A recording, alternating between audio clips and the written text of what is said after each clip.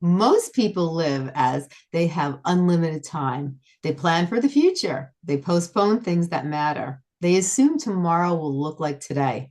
But sometimes life interrupts that illusion. A diagnosis, a moment, a piece of news that changes everything. Today's guest knows exactly what that feels like. Now, Barry Maher is a best-selling author, nationally syndicated columnist, and he's an international motivational speaker who has appeared on major networks, including CNN, CBS, and the Today Show. But one of the most powerful chapters in his life actually began when something no one ever wants to hear, a brain a brain cancer diagnosis. Barry, let's start here. I just want to get into Gundo, and you know what? This is a very emotional topic too because my grandfather suffered from brain cancer, and it was a Mhm. trying time for him. And so, what was the moment like when you heard those words? Well, it was one of those things. I don't want to say it snuck up on me, but I was going along. I was living my life. I was doing just fine. I was speaking on an Asian cruise on a leg of a world cruise, which is a pretty good gig. In December, there's not a lot of speaking gigs, so I would Right. always speak for the cruise lines and then go Mm-hmm. to Hawaii or go to Asia or someplace. And at one point, I wanted to see how much time I had left in the session, and I snuck a peek over at the clock, and I couldn't figure out what the hands of the clock meant, which was kind of weird, Yeah. especially because I'd been having trouble figuring out foreign currency for basically the whole cruise. Then Right. we got to Vietnam. A woman there was selling a baseball cap. She wanted $7 American for it. I gave her two hundreds and a 10.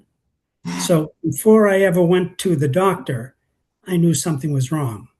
I just didn't know what. I mean, Right. really, what I thought I was becoming senile. My parents both had Alzheimer's or dementia.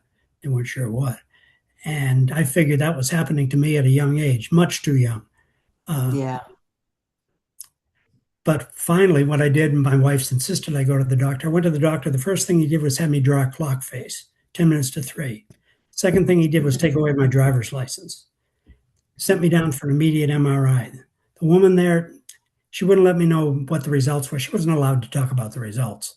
But when Right. I said, "Where's the closest restroom?" she said, "I can't let you go in there alone. This is Mm. not something you want to hear from a medical person," right? I tried to No. point out that restroom visitation had always been one of my real skills. And she said, "Yeah, like telling time, you need to talk to your neurosurgeon." I have a neurosurgeon. Wonderful.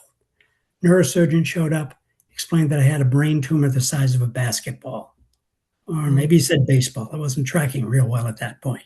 But what Right. became really clear was he wanted to take some kind of a power saw, cut open the side of my skull, and carve out this brain tumor. Mm. uh, Suddenly telling time didn't seem nearly as important at all, right? I mean, you can always get a digital watch. So that's how this thing hit me. At that time, they didn't know it was cancer. They assumed it was cancer. They were right, but I didn't know it at that point. Right. Wow. When people receive life-challenging news like a cancer diagnosis, time suddenly feels very different.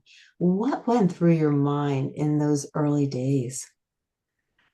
You know, it was almost a unique experience. I got very, very calm. Wow. Basically, when the nurse told me, I won't let you use the restroom alone, I mean, Yeah. then I knew this is a very, very serious thing. Hmm. Won't let you use the restroom alone. And Yeah. I basically wrote myself off. I said, "Well, okay, everything from here is all gravy." And I've been through serious illnesses before. I had a kidney removed when I was very young. Yeah. So apparently, the way I react to this kind of news is okay, let's make the best of what we got left. Right. And I was really figuring that I probably would go in for an operation and wouldn't make it out of the operation. Yeah. Wow. Did it change how you thought about your life and your priorities in life? And my what in life? Did it change your thought about your life and the priorities in your life? Like what was important? Because sometimes people, and we think this is important, we think that's important, but then when we're faced with, a diagnosis as serious as cancer, your priorities in life, the way you think in life, things you once thought were important are no longer important to you. Like, how did your life, your thoughts, your priorities, how did it all change for you after that Changed happened? everything. It changed absolutely everything. I was going along. I'd had a very good speaking career for 20 some odd years. Yeah, And I was happy. It's a good job. You talk in front of a room, everybody pays attention to you and right. claps for you. And you're a little mini celebrity. And they'd send you all around the world. So it was a very good career, but I'd always really wanted to be a writer. I almost got into speaking by accident. And while I was speaking, I wrote nonfiction because that helped Mhm. promote the business. And everything was geared towards promoting the speaking business. All of a sudden, that wasn't important anymore. All of a sudden, I decided I wanted to do what I wanted to do. Right. And strangely enough, bizarrely enough, while I was having this surgery, while they were cutting open my brain, I mean, maybe I had a seizure. They weren't sure what. They weren't sure if I had a seizure or not. But I woke Mhm. up with a couple of things. I had Lady Gaga singing in my head, same song over and over and over again. And I had this fully formed, horrific story, like a nightmare of something or an experience of something that I just watched, fully Right. formed in my head. So I had this story, and it was a horror story, but it was a really, really interesting story. And Mhm. at some point in the next couple of days, I thought, what I want to do with the rest of my life is I want to write this story. I want to turn it into the book that I think it should be. And I want to Right. be the writer that I think I should be, no longer writing nonfiction, although there's nothing wrong with nonfiction, but with writing fiction that talks to people, that tells people Right. the truth. And Mhm. that's what I spent the next 2 years doing because it was like the strangest gift I have ever had handed to me, but it was Yeah. a gift and it was just there. And I had the chance to turn it into a book. And fortunately, I could afford to spend the time recovering and writing it. And that became my priority. Wow. Now, a diagnosis like that doesn't just affect your body, it affects your mind. You Oh, know, yeah. there's a fear of uncertainty and often a lot questions like, how did you manage the mental side of you facing something so serious like that? I had help with the people around me to begin Hmm. with. Uh, my brother, who has since died, was a diabetic. So, He'd been a diabetic all his life, and he dealt with this possibility of imminent death many times. And so one of the things we did was we looked up the diagnosis of once we found out it was cancer.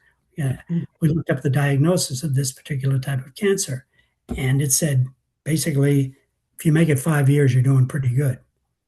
And mm, where I was right then, 5 years for both of us seemed pretty good. I said, 5 years is not bad. yeah, And he said, yeah, I agree with you. I'll take 5 years. He didn't make 5 years. I did. And and the cancer's in remission. And who knows how much longer I'll live? Probably, hopefully, quite a while. yeah, Uh, but again, puts things in perspective. It lets you know what's important. What was important was enjoying those 5 years when doing what I wanted to, was writing that book yeah, and getting it down. And fortunately, living to see it published and see it pretty successful, pretty darn successful. right. Oh, I love that. Now, what helped you keep perspective during that time? Well, again, having a goal made a difference. There's got to be a reason you're alive. And Yeah, when you face death, you realize pretty quickly that that's why a lot of people become very depressed. They yeah, just curl up and they just wait for death to come by and hit them. I yeah, didn't at all. My thought was, I'm going to finish this book. I'm going to make it the best book I can possibly make it. I'm going to get it published. I'm going to promote it. I'm going to live as long as I can do it and get this book as far as I can get it. And right. fortunately, it's been come all this way. But that was my priority. I had a goal, and I enjoyed every minute of doing it. If at one point I hadn't enjoyed it, I would have stopped.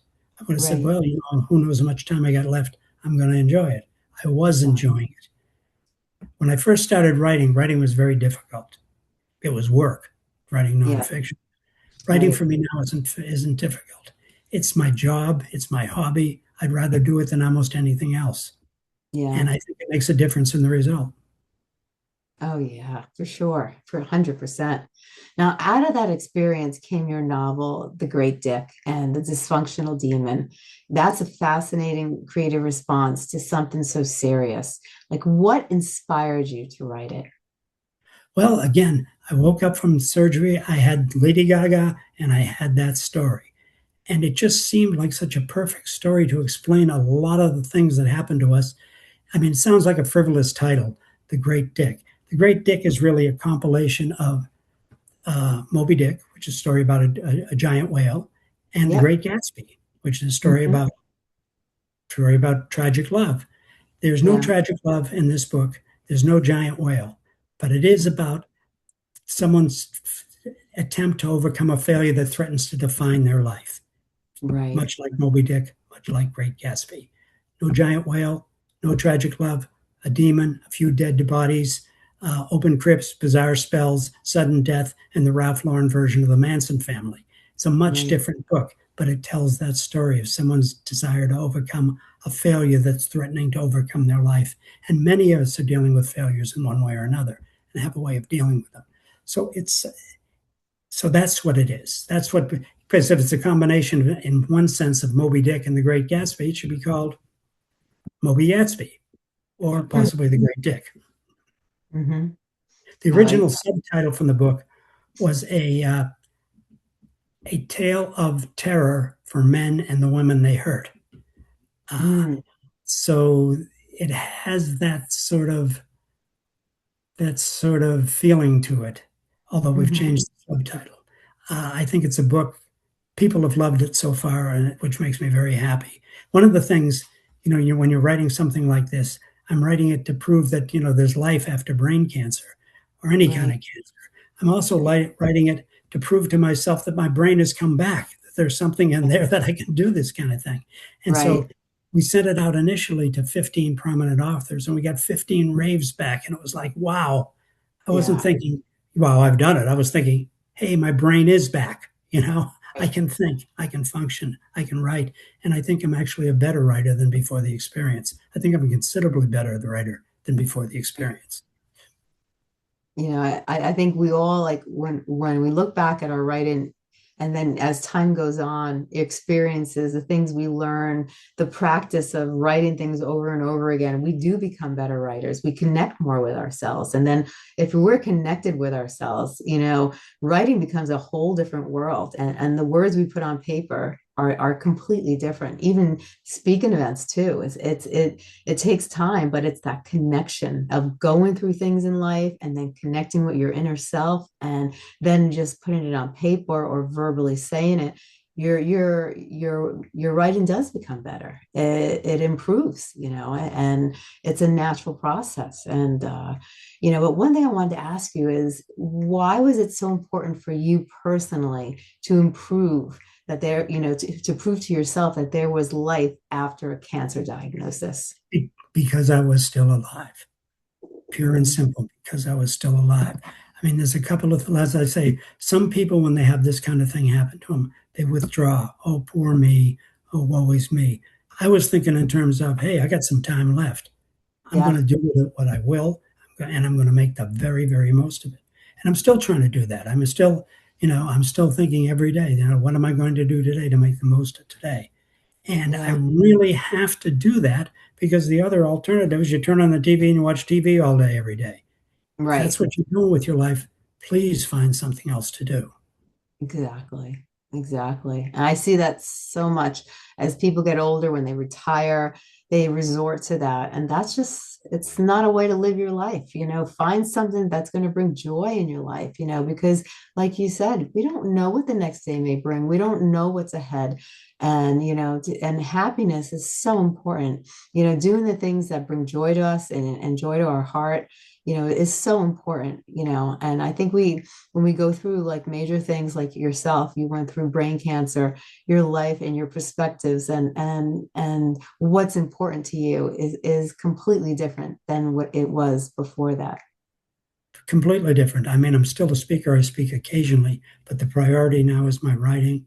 The priority now is relating to the people around me, is growing, is becoming a better person, is that kind of thing. Is finding out that every day I'm doing something that's worthwhile, at least in my Yes. opinion, is very worthwhile. Exactly. Now, you spent your career telling stories first as a journalist and then as a speaker and now as an author. Why are stories such a powerful way to help people understand the difficult experiences? Because it helps them actually go through that experience a little bit. If I tell you exactly, if I tell you, well, I had brain cancer, oh, that's nice. My uncle had brain cancer, or this, that, the other thing. But if I Yeah, describe some of the things that I went through, some of the feelings I went through, it's more relatable. And that's what yeah, stories do. They actually help you share that adventure, that journey. Uh, yes. and it It's was an adventure. In a way, it really was an adventure. And oh yeah, again, I had it better than a lot of people. You right. know, yeah, I mean, my cancer didn't encroach upon my brain, so I was able to gain the ability to think as clearly as I ever thought, to work, to write. That's not everybody gets that ability. No, they don't. No, a lot of people they lose that ability. You were one of the very lucky ones, I was one of the definitely. very lucky ones, and I need to remember that. My experience actually made me better. In terms of it made me more tolerant, it made me more empathetic. I think it made me a bit wiser. It certainly made me a better writer. And it gave me Mm. the great dick and the dysfunctional demon. I mean, it's the strangest gift I ever got, but it is quite a gift. Yeah. No, it definitely is. Now, how can humor and storytelling help people deal with serious topics? I think it helps people relate to what's going on. Uh, Humor is something that brings us together. If we're Yeah, laughing with somebody as opposed to laughing at somebody, you know, exactly. we're sharing our mutual humanity. You know, Yeah, uh, Also, it's in my sense the humor in this book, and there's apparently or not apparently there is a lot of humor definitely yeah, in the book. My column is a humor column, and but the humor grows naturally out of the excitement, out of the adventure. yeah, Like I just stuck in a joke there, take my wife, please, or something like that that doesn't fit, doesn't make any sense. It wouldn't work. The humor grows naturally out of the characters and what they're going through, which meant yes, that I had to go through it over and over to hone each scene, to make each scene as good as I could possibly make it, and the humor came out. right. Now, many people say that a major health scare changes how they live. Did your diagnosis shift your perspective on things like time, relationships, work, like what really matters? Yeah, it did. I was living in Corona, California. Before that, I was living in up by Victorville because these were convenient for me. These were close to the airport. I could get to the airport and I could get any place in the world. Once I got that diagnosis, we moved back to Santa Barbara, which is a town that I lived in for years and I loved. But it was like, well, Corona's nice, but why am I living in Corona? I want to Yeah. live in Santa Barbara. So we moved back here. Now, what lessons did you take from that experience? Like, did you wish more people could understand before crisis forces them to think about it? Yeah, I think one of the things that I would like is people to suddenly have that perspective. And I think Mhm. most of us have at some point in our life. There's a Cheers episode I'll never forget where one of the characters, I think Norm, is threatened with death. And all of a sudden, everything is precious to him. Life is precious to him. Everything he sees, all the people he meets is so wonderful. And Yeah, then 2 days later, 3 days later, it's all gone. right. And I think we've all had this experience where we understand exactly how important this is. Maybe it's the death of somebody close to us. Maybe it's a health scare. It could be anything. But Yeah, the problem is we don't keep it with us. One of the nice things about having a brain cancer diagnosis is it's always going to be with you yeah, in one way or another. I never forget that. In fact, I'm right, going in for another MRI in a next week. Uh, right. So it's not that I feel like I'm living under a threat. I feel that I'm living under a need to make the most out of every possible minute, which sounds like a cliche, but really is true. I No, wouldn't have taken this interview with you if I didn't hear it. And congratulations about your nomination, by the way, for one of the top podcasts in New York City, right? If I didn't feel this was going to be a worthwhile podcast and talking with you wasn't going to be a worthwhile experience, I never would have taken it. Right. You know, a lot of people go through hardship but not everyone turns those experiences into something meaningful. How did your journey through cancer like influence the message that you now share with your audiences around the world? Well, mostly my sharing is coming through the novel, The Great Dick and the Dysfunctional Demon, which is a horror novel, but it's really a supernatural thriller. Yeah. Hopefully, everything I believe, everything I am is in that, which people are going to say they're going to find that very strange because it starts out the character admits, the main character, the narrator, who is not Yeah. me, by the way, admits that he's an ass and basically sets about proving it for Hmm. quite a bit of the novel. But I think if people go through that experience with him, they're going Yeah. to realize a few things about themselves too. I hope so. Exactly. Uh, and so the book is not, it's not preachy by any stretch of the imagination, but it's just somebody's journey, and it takes you on the journey with them, and that journey should have an effect on you. Oh, definitely, 100%. Now, for someone listening who might be going through a difficult time and a difficult moment in their life right now, what advice would you give them about staying hopeful and continuing to move forward in their life?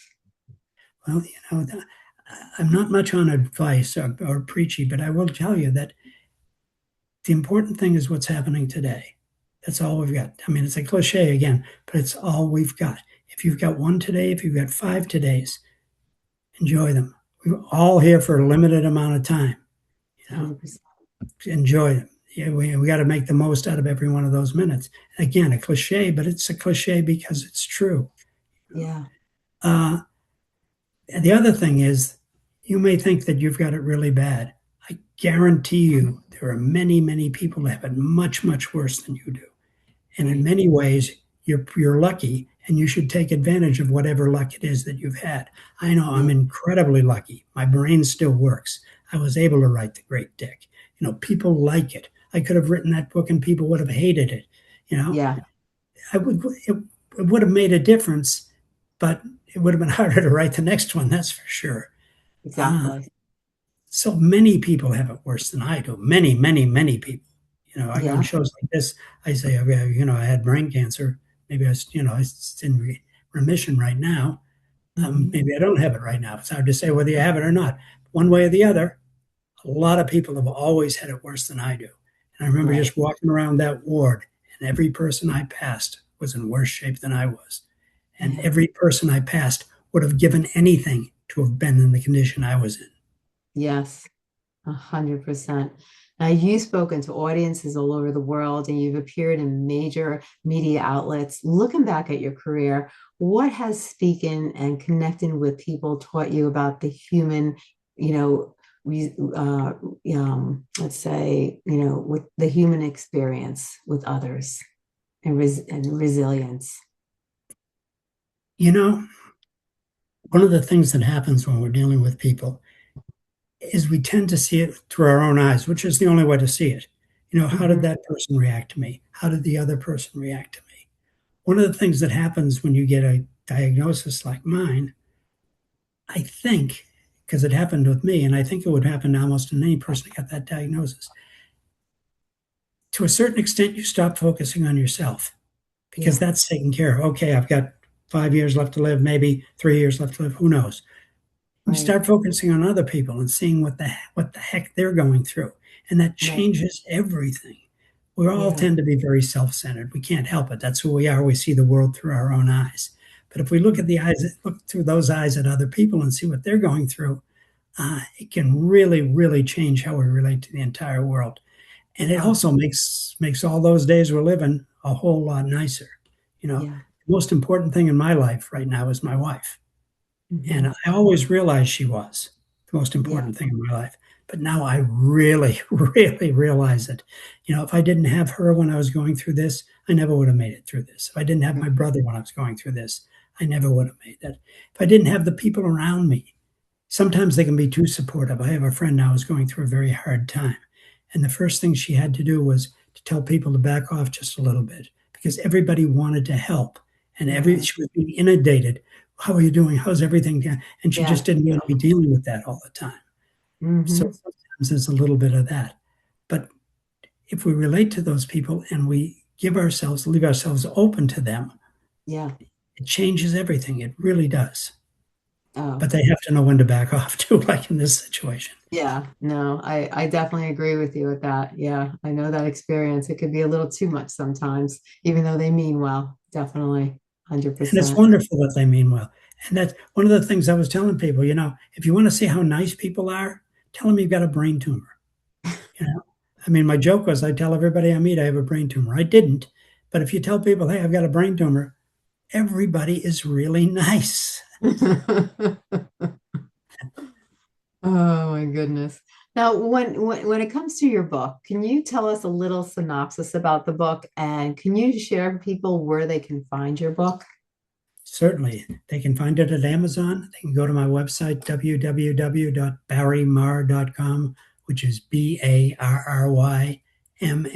BARRYMAHER.com. So I'll tell you the setup of the story. It's 1982. Steve Hmm. Wachowski used to be a hero. Now he's just a failed songwriter and he's running from the law. Hmm. Worse, he's just killed a man, almost accidentally saving a woman from what seems to be the strongest, most bloodthirsty wino in California. Now, Right. Steve should keep moving. He's running from the law, right? But the Yeah. woman, Victoria, she's beyond stunning. Steve stays. And Victoria becomes just a part of a mystery that he can't begin to unravel, even as the face of the man he just killed slowly, gradually appears in his arm, then slowly fades away.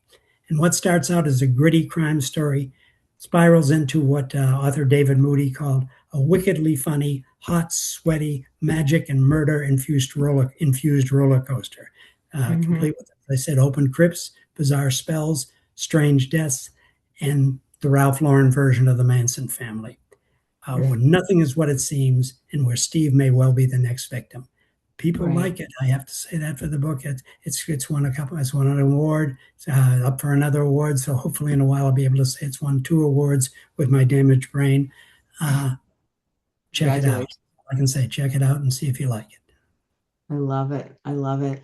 Now, before we go, if you could tell the audience three things from this conversation that you want them to remember that they can walk away with that could help them today make a positive impact on their life, what are three things you would like to share with the audience today? Yeah, that it's not about me. It's about you. If you can relate to what I've been through, if it seems to make sense, that's good.